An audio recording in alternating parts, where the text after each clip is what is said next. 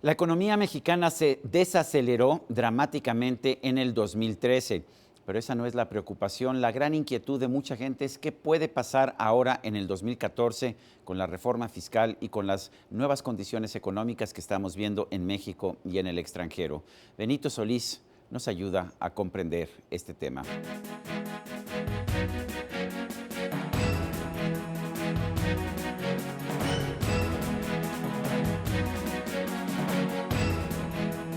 Benito Solís fue director general de Moody's en México, ha sido también vocal del IPAB, el Instituto para la Protección al Ahorro Bancario. Actualmente es consejero y consultor en materia económica y financiera independiente. Benito Solís, gracias por estar con nosotros. Pues muchísimas gracias, Sergio, por la invitación. Muchas gracias a todos por estar oyendo este programa. ¿Qué pasó con la economía, Benito? ¿Qué pasó con la economía mexicana? Veníamos creciendo a un ritmo cercano al 4% anual y súbitamente se desplomó la economía. Sí hemos estado creciendo, pero a ritmos realmente mucho más reducidos. ¿Qué ha pasado? Sí, esto es una preocupación de varios de los inversionistas internacionales. Hace un año había un gran optimismo sobre México. Europa estaba cayendo en una recesión, Alemania otra vez había vuelto a caer, Estados Unidos había el problema del techo soberano y los inversionistas veían con mucho agrado la economía mexicana. Ahí podemos ir a invertir, tenemos los suficientes recursos, se pensaba que con el nuevo gobierno iba a avanzar mucho más rápidamente la economía, había un optimismo y de repente vemos que los datos nos dan una tendencia a la baja. Después de esperar un presupuesto de crecimiento del 3.5%, se reduce a 3.1, luego 1.7 y ahorita estamos hablando que pudiera estar alrededor del 1.3%. Pero, ¿de quién fue la culpa, Benito? ¿Fue el entorno internacional, como dicen algunos, o fue el gobierno que no gastó lo suficiente en el momento debido, o fue la escasez de gas que llegamos a tener en la industria de nuestro país? ¿Qué fue lo que realmente provocó esto? Fue, como sucede frecuentemente en la economía, una serie de causas que, trabajando simultáneamente, propiciaron la caída que estamos viendo. Importante y que no se tomó en cuenta, en mi percepción, es la crisis global. Los mercados internacionales están preocupados, ha habido un cambio en los flujos internacionales de capitales, vimos cómo la demanda internacional ha venido bajando para muchos productos en el mercado, vemos los precios de los metales cayendo fuerte, vimos un cambio en la tendencia de los productos agropecuarios, los flujos de capital también, y esto redujo la demanda por muchos de nuestros productos. Ciertamente habría que agregarle a esto el cambio en las tasas de interés de largo plazo. Hay una preocupación en la FED, si va a empezar a detener. La FED es el Banco Central de los Estados Unidos, la Reserva Federal. La FED, exactamente. Tiene una política expansiva muy fuerte. Para que tengas una idea, está invirtiendo, comprando en los mercados, la FED, el Banco Central, 85,000 millones de dólares al mes. Es una inyección de dinero artificial en la economía, ¿no? Artificial, está comprando bonos del mismo gobierno, pero también está comprando bonos hipotecarios. Aquí la pregunta que queda es, estos bonos hipotecarios de alguien que no pagó hipotecas, al final, ¿quién lo va a pagar? Porque ahorita lo compra la FED, se lo queda en sus inventarios, en sus balances, pero algún momento va a tener que reconocer estas pérdidas. Entonces son 85,000 millones de dólares al mes. Tener una idea, nuestras reservas acumuladas en México son de 160 a 170 mil millones. Esa sería una causa, perdón. Sí, pero déjame preguntarte esto. Estamos viendo que la Reserva Federal está inyectando una enorme cantidad de dinero, se está quedando con deudas o con bonos que seguramente no podrá cobrar nunca. Y a pesar de eso, la economía de Estados Unidos pues no está creciendo, digamos, mucho, está creciendo al 1% al año, ¿no es así? Exactamente, tal vez un poquito más este año, pero con esta inyección tan extraordinaria de dinero, ¿es todo lo que crece? La preocupación que hay en los mercados es que tarde o temprano tiene que detenerse esto o reducirse. Nada más con algún pequeño comentario que hubo del presidente del Banco Central, los mercados empezaron a reaccionar, subieron tasas de interés y quisiera bajar a lo que sucede con la gente de todos los días. Sí. Aquel señor que ve su estado de cuenta de la Afore, en las semanas anteriores, de repente vio que hubo una minusvalía. Así es. Entonces la gente dice, ¿qué pasó con mi dinero? Sí. ¿Dónde se me perdió mi dinero? Cuando suben las tasas de interés, el valor de los bonos se reduce y esto hay que registrarlo contablemente. Entonces, aquel que nos está oyendo ahorita, que se queda esta noche se puede entender por qué la situación internacional le afecta a él directamente en su pago de su tarjeta de crédito o en su depósito, en sus afores o en otros esquemas. También el tipo de cambio. El tipo de cambio pasó de 11.50 a 12, llegó a subir otra vez hasta casi los 13.5, 13.50. Esto te hizo que te encarecieran pagos, los precios de los bienes que adquirías. Entonces, esa es una parte del efecto que tienes. Luego, un segundo efecto que hubo al principio del año fue que con este optimismo entraron flujos de capital. Cuando entran flujos de capital, el tipo de cambio se va para el otro lado, se aprecia.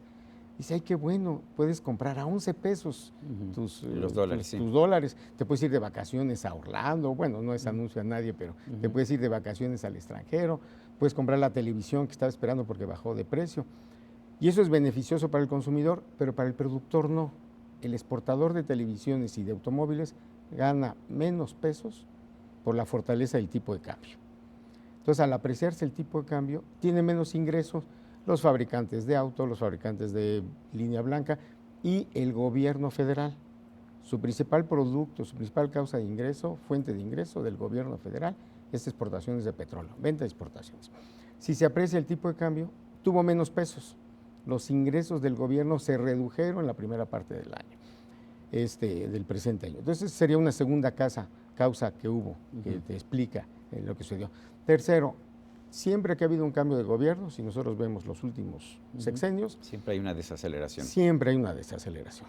El funcionario que entra, si no tiene experiencia previa, no conoce el ejercicio, no conoce, algunos dicen ni siquiera conoce dónde está su oficina, entonces tardan en encontrar su escritorio, tarda más en encontrar la chequera, cómo ejercer el gasto. Y además tiene siempre miedo de gastar en algo que no realmente no conoce y tiene miedo de tener alguna responsabilidad legal, ¿no es así? Exactamente, entonces tiene que estar aprendiendo hasta dónde puede ejercer el gasto, hasta dónde no puede ejercerlo. Entonces sí hubo una disminución en el gasto público, que sería una tercera causa de por qué se nos estuvo frenando la economía mexicana. Hemos visto una serie de reformas a lo largo de este 2013 en la República Mexicana, algunas reformas claramente positivas, una reforma educativa, una reforma laboral que fue bien recibida. A pesar de la desaceleración económica, se creó un buen número de empleos, pero ha habido una gran discusión en torno a la reforma fiscal. ¿Qué significa esta reforma fiscal? Y si la proyectamos y proyectamos la situación para el 2014, ¿qué va a significar en términos de crecimiento? Sí, yo creo que para poder entender la validez o la importancia de la reforma fiscal, me gustaría tratar de entender por qué los países crecen, cuál es la causa. Si nosotros vemos a nivel internacional y buscamos el secreto de por qué unos países crecen más que otros, nos encontramos que si hubiera una sola variable que explicara la causa del crecimiento es la inversión.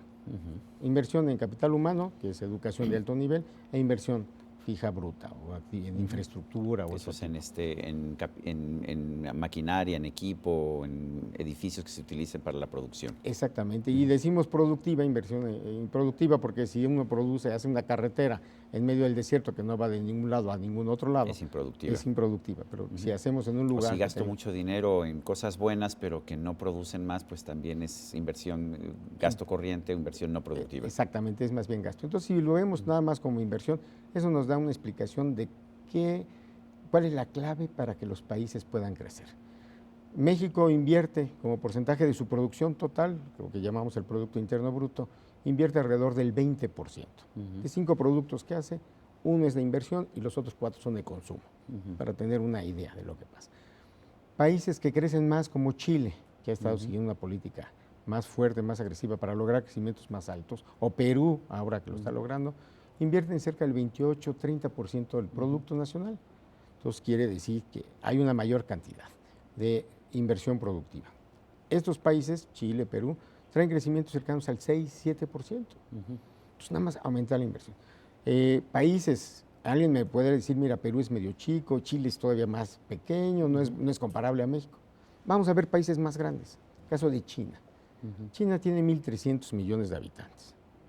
China crece a tasas del 9%, ahorita anda muy preocupados porque bajó al 8%, pero pueden crecer al 10%, al 11%. ¿Cuánto invierte China?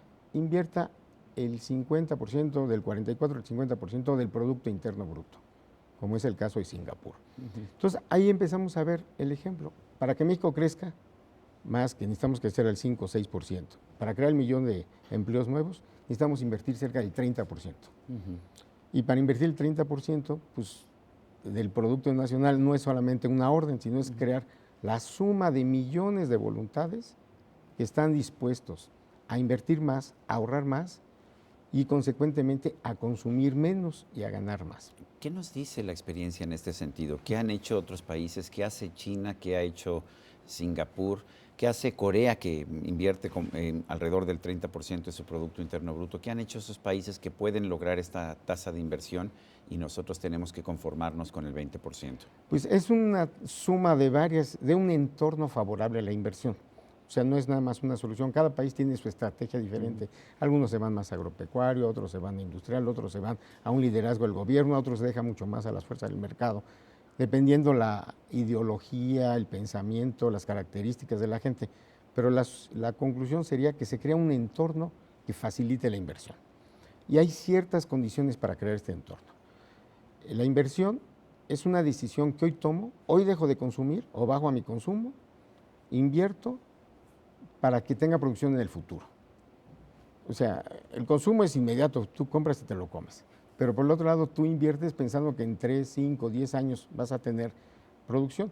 Y la inversión no me refiero a las grandes empresas, me refiero a la tiendita de la esquina, me refiero al señor que pone un restaurancito, al señor que pone una imprenta, todo eso es la inversión. ¿La reforma fiscal ayuda a esa inversión o desayuda? Ese es el tema. La reforma fiscal tiene varias características que no propicia la inversión de corto plazo, para lograr mantener crecimiento en algunos esquemas.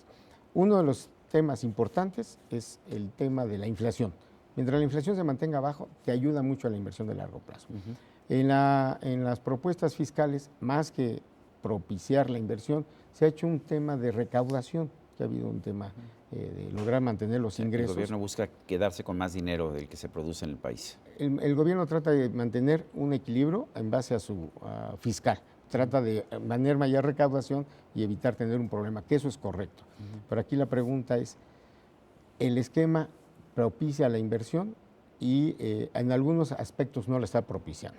Por ejemplo, la deducción inmediata, sin ser fiscalista, se ha quitado la deducción inmediata de inversiones, que en este tema no te ayuda para esto. Bueno, y hay impuestos nuevos, no sé, a la minería, un 7,5% sobre el flujo, es un impuesto muy alto que dejará menos dinero para la inversión por parte de las empresas mineras. Sí, ahí cada caso va a ser diferente, en algunas se facilita, en algunas otras se perjudica, pero sí sería cosa. Entonces la suma de las modificaciones fiscales es muy incierto, dependiendo del sector en que esté uno.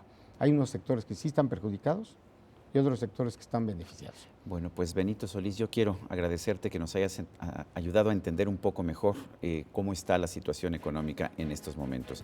Y a usted, amigo televidente, que hace posible este programa, se lo agradezco también. Esto es todo por hoy, pero no se lo olvide. Nos vemos la próxima.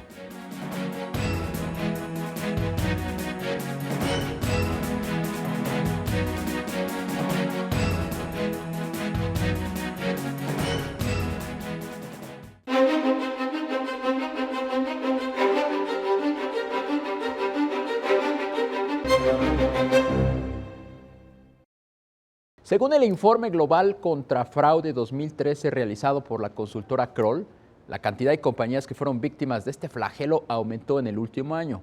En términos generales, el 70% de las empresas se vieron afectadas por fraudes en los últimos 12 meses. Además, se produjo un incremento en todas las categorías de este ilícito cubiertas por el análisis. El informe reúne encuestas a más de 900 altos ejecutivos de todo el mundo pertenecientes a una amplia gama de industrias y sectores. El estudio revela que en México las áreas con más incidencia de fraudes en el último año han sido el robo de activos físicos con 30%, el fraude financiero interno con 25%, la corrupción y el soborno 25%, fraude de vendedores o en compras 23% y fraude regulatorio o de cumplimiento con un 20%. Después de las empresas de África, las compañías en México son las que más reconocieron haber sufrido fraudes financieros internos entre todos los países y regiones estudiados. El riesgo también creció rápidamente en el país, ya que el número de compañías que se han visto expuestas al fraude aumentó de un 56% en la encuesta de 2012 a un 93% este año. En este sentido, las empresas que operan en el país perdieron en promedio el 1.9% de sus ingresos totales a causa del fraude, contra 0.7% registrado en 2012. Ahora que el gobierno del presidente Enrique Peña Nieto impulsa como nunca antes reformas estructurales de gran trascendencia para el país, como la educativa, la del trabajo, la de telecomunicaciones, la hacendaria y más recientemente la reforma energética, es necesario combatir la corrupción si es que en verdad queremos dar el salto cuántico como sociedad.